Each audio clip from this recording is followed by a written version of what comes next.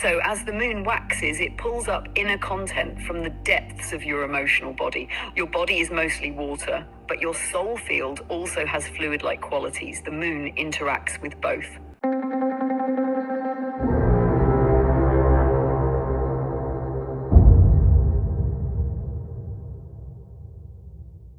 Today is the super full moon, and this is how you can maximize it, part 1. Going into this December 4th full super moon, what is it that we need to know and how can we use this event to our benefit? Please give us a breakdown.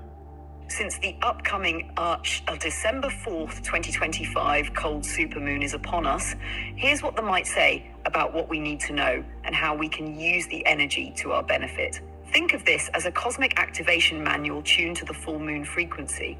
The final full moon of 2025, and known as the cold moon, it carries both the energy of culmination and release, and the energy of wintertime inner reflection and stillness. Spiritually, supermoons are regarded as amplifiers. Whatever emotional, mental, or spiritual frequency you are carrying tends to get magnified under such a lunar event. According to the records, this moon is a gateway moment, an opportunity to clear, recalibrate, and reset at the end of a year cycle. Here's what it invites. 1. Amplified clarity and revelation. The supermoon's brightness and proximity act like a cosmic spotlight. Hidden thoughts, emotions, unresolved energy, and subconscious patterns tend to surface now, giving us a chance to see what has been operating behind the veil. If you've been avoiding inner work, expect things to come to light. Release and purge energetic debris. As the last full moon of the year, this is an ideal moment for cleansing, spiritually, emotionally, and energetically. The records show that such lunar events help shake loose old karma, emotional residue, and energetic patterns that no longer serve you. 3. Recap and realign your life's movement. This is a powerful time to review the past year, what you've built, what you've outgrown, what served you, what didn't, and to reset your direction for the coming cycle. The clarity of the moonlight helps you see your path from the vantage point of the soul.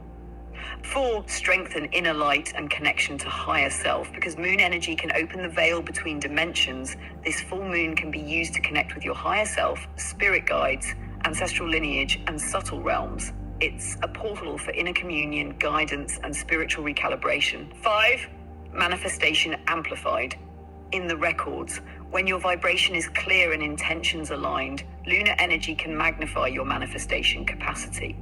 This is a potent moment to seed intentions for abundance, healing, love, clarity, but only if your inner field is cleaned and steady. How to use this supermoon: practical Akashic rituals and tools. Here are tools and practices you can perform under the cold supermoon to take full advantage of its energy.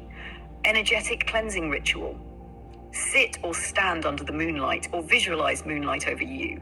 Breathe deeply. As you exhale, imagine dark, heavy energies leaving your field. Repeat until you feel lighter. Year-end reflection and release writing. Journal or speak aloud the things you're ready to let go. Old beliefs, grudges, mistakes, false identities. Thank them for their lessons, then symbolically release them. Burn the paper, bury it, or cast it into running water. Moonlight intention setting. After cleansing, light a white or silver candle. With heart clear, state your intentions aloud for what you want to build in the next cycle. Inner peace, purpose, abundance, clarity.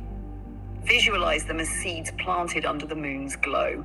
Hydration and light diet. The records often emphasize the body-soul connection.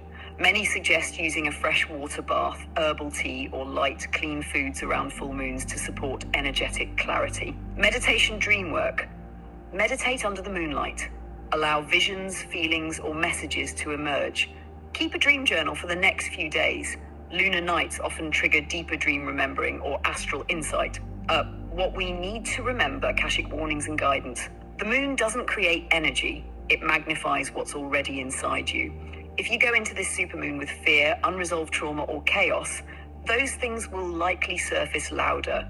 Use awareness and self-care. Avoid reactive behaviors purely driven by lunar surges, especially emotional outbursts, impulsive decisions, or spiritual escapism. Use the heightened sensitivity to discern truth from illusion, both within yourself and in what's being projected around you.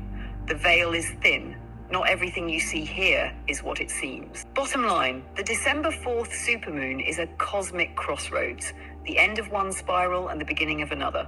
The records show it as a chance to close old chapters and seed new ones with clarity, power, and purpose. If you enter it with consciousness, surrender, and intention, you won't just watch the moon rise, you'll rise with it. You mentioned lunar surges of emotions during full moons. So how many days before a full moon do we start to experience those surges of emotion? Please give us an Akashic breakdown. According to the Akashic Records, the emotional surges we associate with full moons typically begin 3 days before the full moon peaks and taper off 3 days after, forming a 7-day energetic window called the lunar charge arc. Here's a breakdown of how and why that happens. 3 days before, the emotional stirring phase. This is when the subtle bodies begin to expand. The moon's gravitational pull increases not only on tides, but on your etheric and emotional fields. You may notice heightened sensitivity, old memories resurfacing, dreams becoming more vivid, a subconscious desire to isolate or express emotions. This period is about emotional priming, your soul preparing to confront what's been buried. The day of the full moon, the amplifier. On the day the moon is fullest, the Akashic field shows it acts as a mirror. It reflects the emotional frequency you've been unconsciously holding, the joy, grief, resentment, hope, or love. That's why many people feel overwhelmed or euphoric. Conflicts rise, but also spiritual breakthroughs occur. The veil is thinner, intuitive insight and psychic vision peak. Manifestations, good or bad, arrive faster due to amplified charge. If your inner world is ungrounded, the full moon intensifies the chaos. But if your field is clear, the full moon becomes an accelerator for clarity, forgiveness, creativity, and revelation. 3 days after, the integration phase. Once the moon begins to wane, the energy starts to settle. But in this window, the lessons triggered during the full moon crystallize. Your system begins to either integrate or resist what was revealed. Physical fatigue or mental fog may appear if you didn't ground during the peak. This phase is meant for rest, journaling, recalibration, and softening. What you avoid here gets recycled into the next cycle. Why this happens, the moon and the waters of the soul. The Akashic Records describe the moon as governing not just physical tides, but the waters of the inner being, your emotions, subconscious imprints, and memory. So as the moon waxes, it pulls up inner content from the depths of your emotional body. Your body is mostly water, but your soul field also has fluid-like qualities. The moon interacts with both. How to use the 7-day lunar arc wisely. 3 days before. Cleanse, detox, and quiet your mind. Avoid overstimulation. Meditate on what's surfacing emotionally. Full moon day. Avoid unnecessary drama. Use breath work, prayer, or ritual to consciously align. 3 days after, ground yourself. Walks in nature, journaling, Epsom salt baths, and stillness help complete the cycle. Final insight emotion during the full moon is not random. It's your soul's signal system being amplified. The more aware and grounded you are during this window, the more it becomes a portal for healing, insight, and transformation, rather than just chaos. So instead of dreading the lunar surge, prepare for it, honor it, channel it, because it's not just a moon in the sky, it's a mirror for what's moving in you. If you want to learn how to get your aura charged up like this, follow me for a second. My name is Tigo and I'm a mystic, and I've been training spirituality and meditation since 2010. I learned to access the healing energy field of Qi through long-sitting meditation.